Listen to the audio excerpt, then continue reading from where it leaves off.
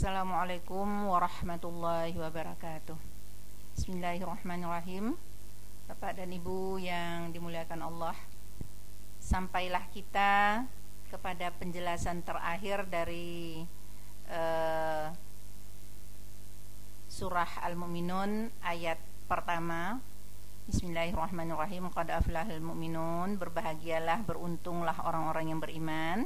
Nah, penjelasannya tadi satu persatu sudah kita sampaikan. Sekarang kita tiba kepada kriteria yang terakhir, yaitu bismillahirrahmanirrahim, walladzina hum ala shalawatihim yuhafizun, yaitu orang-orang yang memelihara waktu sholatnya.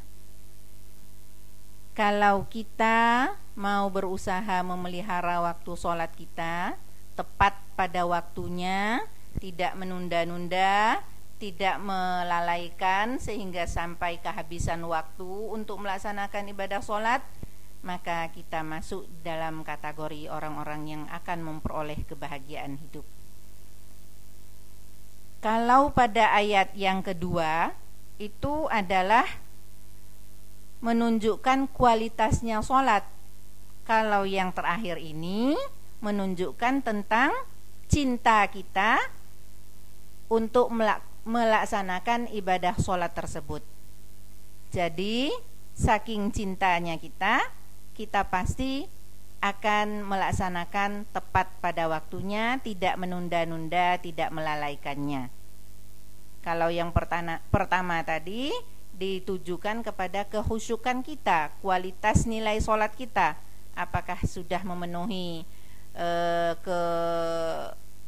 kehusyukan kita dalam melaksanakannya atau masih asal-asalan saja. Ibu dan bapak yang dirahmati Allah,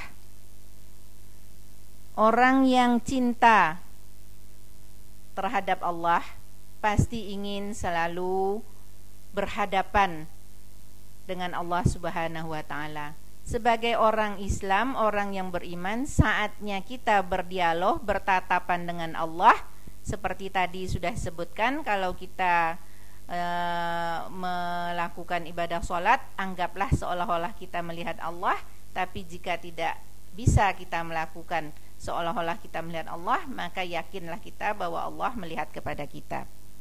Nah, kalau kita sudah termasuk dalam orang-orang yang ihsan tersebut, insya Allah kita itu ingin selalu berhadapan dengan Allah, sehingga selalu menanti-nanti datangnya waktu sholat, supaya kita bisa berdialog dengan Allah Subhanahu wa ta'ala, supaya kita bisa mengadukan segala problem hidup kita kepada Allah Subhanahu wa ta'ala.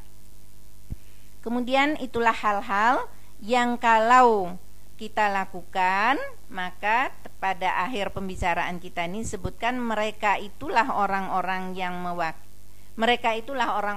mewarisi, yakni yang akan mewarisi surga Firdaus. Mereka kekal di dalamnya. Itu dalam surah Al-Mu'minun ayat 10 dan ayat 11. Surga itu harus kita yakini adalah suatu kehidupan yang pasti akan datang, yang pasti akan kita peroleh kalau kita termasuk orang-orang yang mendapatkan ridho Allah Subhanahu wa ta'ala. Jadi bukan sesuatu yang fiktif, bukan sesuatu dongeng, bukan sesuatu khayalan belaka. Tapi sebagai orang yang beriman kita yakin pasti, dan di sanalah keadilan sungguhnya akan ditegakkan oleh Allah Subhanahu wa ta'ala. Tidak sedikit persoalan yang tidak bisa kita selesaikan. Tidak sedikit persoalan yang manusia tidak dapat menyelesaikannya, tetapi yakin semua persoalan itu akan diselesaikan oleh Allah Subhanahu wa ta'ala. Oleh karena itu, marilah kita di dalam menghadapi menjalani kehidupan kita ini berpatokan, berpedoman kepada apa yang telah digariskan oleh Allah di dalam Al-Qur'anul Karim. Saya rasa cukup sekian.